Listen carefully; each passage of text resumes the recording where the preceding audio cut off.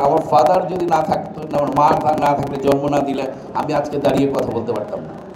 তেমনি আজকে আমি ব্যবসায়ী হয়েছি এবং এই রূপায়ণ আর্ট ভিউর কারণে। আজকে সবচেয়ে খুশির ব্যাপার হলো, আমি যেটা শুনেছিলাম যে সারা বাংলাদেশ থেকে আমাদের যে সদস্য, আমরা এখানে 120 জনের মধ্যে প্রায় অ্যাপ্রক্সিমেট 110 জন প্লাস মাইনাস উপস্থিত।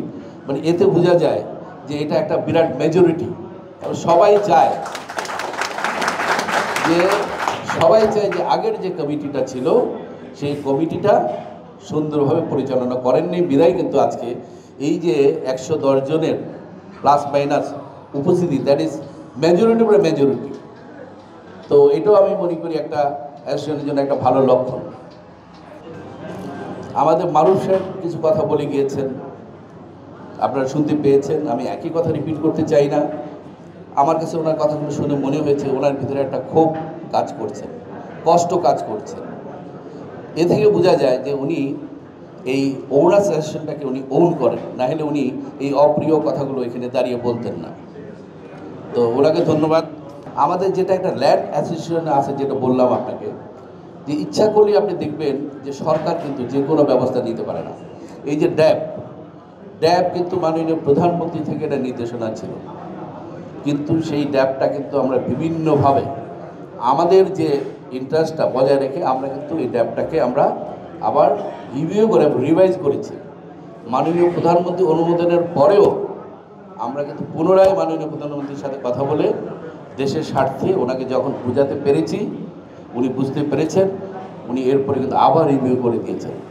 তারপরে এই সংগঠন যদি আমাদের শক্তিশালী না হতো তাহলে এটা কিন্তু সম্ভব ছিল না।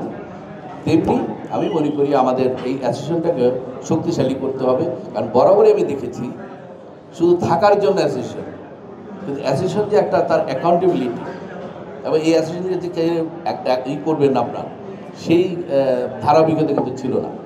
সেদিন আপা আমার খুব আজকের নয়, সেই আবার যখন আমার ধরেন অর্গানাইজেশন স্টার্ট হয়েছিল 89-এ। আমি রূপায়ণ আর্ট ভিউ আমাদের ইনকর্পোরেট হলো 89, আর আমি যখন রিয়েল এস্টেটে স্টার্ট করি 98। তো সেই 89 থেকে উনিও যুবতী ছিলেন, আমিও যুবক ছিলাম। এখন দুইজন বৃদ্ধ বয়সে এসে দুইজনের আবার দেখা, হ্যাঁ। তো দেখে খুব ভালো লাগলো, কারণ তখন থেকে আমরা ভাই বোনের মধ্যে সম্পর্ক, শুধু তাই না, একটা প্রফেশনাল কম্পিটিশন ছিল। এই যে আমরা বললাম যে আমাদের মধ্যে কোনো জেলাসি ছিল না। হ্যাঁ, জেলাসি ছিল, দ্যাট ইজ প্রফেশনাল জেলাসি। মানে জেলাসিটা দুই রকম হয়, একটা হলো ক্ষতি করার জন্য, আরেকটা হলো একজন আরেকজনকে দেখে শেখার জন্য, কে কতটা আমরা ভালো করতে পারি। তাহলে আমাদের এই প্রফেশনাল জেলাসি ছিল, উনি যদি একটা ভালো জায়গা নিয়ে থাকেন, আমরাও ভালো জায়গা নিতে পারবো।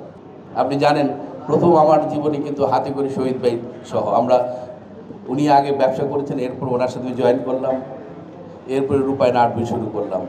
এখানে রাশেদ আমার খুব বন্ধু মানুষ, পোলাইটের খলিল ভাই আছেন, আমাদের প্রয়াত আজাদ ভাইয়ের ছেলে, এখন মনে দেখেন মান্নান ভাইয়ের ছেলে।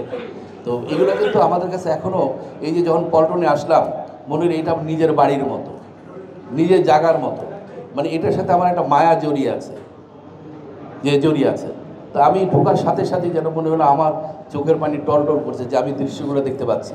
যে এখানে আমি সাইনবোর্ড ছিল, এখানে সাইনবোর্ড পেন্টিং করতাম, ব্যানার পেন্টিং করতাম। তো এই দৃশ্যগুলো কিন্তু আমার চোখের মধ্যে ছলছল করে। আমি হেঁটে হেঁটে জিজ্ঞেস করছি, এখানে কে অফিস করছে, ওখানে কে অফিস করছে। তো এটা কিন্তু ভোলার নয়, কারণ আমার জীবনে প্রথমে শুরু রূপায়ণ আর্ট ভিউ দিয়ে, এবং আমি ওই সময় কিন্তু অনেক স্ট্রাগল করেছি।